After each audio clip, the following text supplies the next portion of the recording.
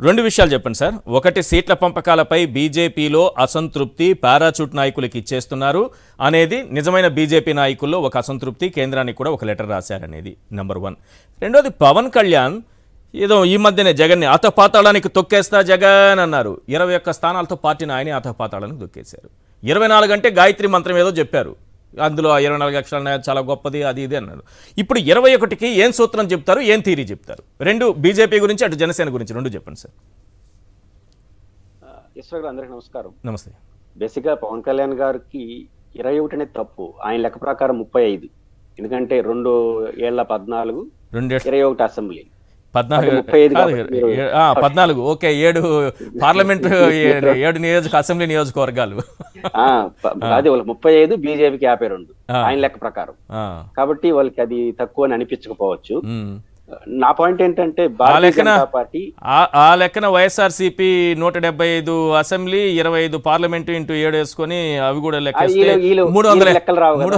వీళ్ళకి ఆ లెక్కలు రావు, వీళ్ళకి లెక్కలు రావు, వీళ్ళకి చంద్రబాబుకి లెక్కలు రావు, వాళ్ళిద్దరికి పవన్ కళ్యాణ్కి మాత్రం లెక్కలు వస్తాయి.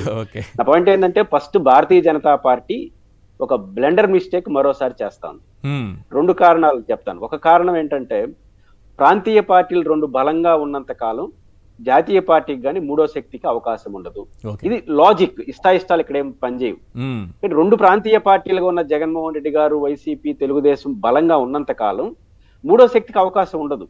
ఈ రోజు తెలుగుదేశం జగన్మోహన్ బలంగా ఉన్నాడు, రేపు ఓడిపోయినా మీరు ఆశిస్తున్నట్టుగా ప్రతిపక్ష నాయకుడిగా బలంగా ఉంటాడు.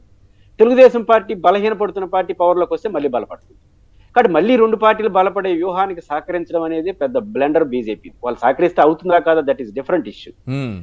బాధ్యతగా ఒక ఎదగాలనుకున్న పార్టీ ఏం కోరుకోవాలి, ఈ 2 పార్టీలు ఏదో ఒకటి పోవాలని కోరుకోవాలి. జగన్మోహన్ రెడ్డి గారు 2024లో గెలిస్తే ఆటోమేటిక్ గా తెలుగుదేశం పార్టీ పతనం అవుతుంది కదా, ఆటోమేటిక్ గా మీకు స్కోప్ ఏర్పడుతుంది కదా. ఇది రాజకీయాల్లో సహజం, దీన్ని తప్పులు పట్టాలి. ఏంటి ఇంత చిన్న లాజిక్ ఎలా మిస్ అయ్యారు?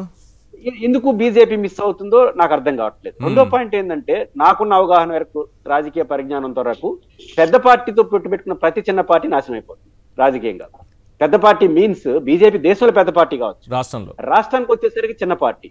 ఈరోజు వామపక్షాలు తెలుగుదేశం అనుభవం, వామపక్షాలు కాంగ్రెస్ అనుభవం, బీజేపీ తెలుగుదేశం అనుభవం ఏం నేర్పిందంటే చిన్న పార్టీలు పెట్టుకున్న 2 పార్టీలు బలపడ్డాయి, ఈ 2 పార్టీలు పోయినాయి. బీజేపీ పోయింది, వామపక్షాలు నష్టపోయినాయి. కాబట్టి ఇది సహజ సూత్రం. భారతదేశంలో ఎక్కడైనా సరే పెద్ద పార్టీలతో పొత్తు పెట్టుకున్న ప్రతి చిన్న పార్టీ నష్టపోతుంది. ఈ 2 సూత్రాలకు భిన్నంగా బీజేపీ పొత్తు పెట్టుకుంటుంది. రెండో పాయింట్, బీజేపీకి ఉన్న క్రెడిబిలిటీని కూడా దేశంలో రాష్ట్రం దెబ్బతీసుకునే పరిస్థితి వస్తుంది. మోడీ గారికి ఒక క్రెడిబిలిటీ ఉంది, ఒక నేషనల్ లీడర్ గా. అట్లాంటి క్రెడిబిలిటీ ఉన్న పార్టీ రేపు చంద్రబాబు నాయుడు పక్కన కూర్చొని మీరు ఏం ఉపన్యాసం చెప్తారు, ఆయన ఏమన్నాడు మీరేమన్నాడు కాదు. ఈ రోజు ఈశ్వర్ గారు, సుహాసిని గారు, ఆనంద్ గారు ఎంత మాట్లాడినా వాళ్ళు ఒక ప్రశ్న నోట్ ఇచ్చారు. నడ్డా గారు మేము పొత్తు పెట్టుకుంటున్నాం తెలుగుదేశం తాని.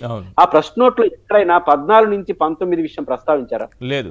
ఎందుకు నామోషి పడుతున్నారు? ప్రస్తావించట్లేదంటే మీరు 1990 లాంటి అప్పటి నుంచి మొదలు పెట్టారు. అక్కడ ఎక్కడ చంద్రబాబు నాయుడు గారు పుట్టినప్పటి నుంచి స్టార్ట్ చేసినారు.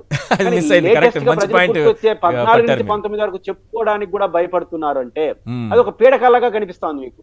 రేపు సుహాసిని ఆనంద్ గారు ఎట్లా వేదిక మీద ఉండొచ్చు, రేపు నరేంద్ర మోడీ గారితో ఒక్క ప్రకటన చేయించండి చూద్దాం. 14 నుంచి 19 వరకు మా డబుల్ ఇంజిన్ సర్కార్, బహుశా ట్రిపుల్ ఇంజిన్ సర్కార్ అనొచ్చు, జనసేన కూడా ఉంటుంది కాబట్టి 14 నుంచి 19 వరకు మీ అనుభవం చూసినారు. మేము లేని జగన్మోహన్ రెడ్డి అనుభవం 19 నుంచి 24 వరకు చూశారు. మళ్ళీ మా అనుభవం మీకు కావాలంటే 24లో మా కూటమి గెలిపించడం ఒక మాట అనమని చెప్పండి చూద్దాం. ఏ నాయకుడైనా చెప్పాల్సింది అదే కదా. 14 నుంచి 19 వరకు మేము కలిసి పనిచేసాం ముగ్గురు, 24లో ఇట్లాంటి గోల్డెన్ ఆపర్చునిటీ మళ్ళీ ఇవ్వండి, 14 నుంచి 19 రోజులు మళ్ళీ తిప్పి తీసుకొస్తామని చెప్పే మాటని వాళ్ళు ఇచ్చిన ప్రశ్నోత్తు లేదంటేనే మీ బలహీనత స్పష్టంగా అర్థమవుతోంది. ఇప్పుడు సుహాసిని ఆనంద్ గారు, మీరు, నేను ఎవరు కొట్లాడుకోవాల్సిన అవసరంలా. ఇది ఫెయిల్యూర్ కూటమని మనమేం చెప్పేది, మీ ముగ్గురే చెప్పుకున్నారు. ఎవరు చెప్పాలి? ప్రతిపక్షాలు చెప్పాలనా? నరేంద్ర మోడీ గారు ఏమన్నారు?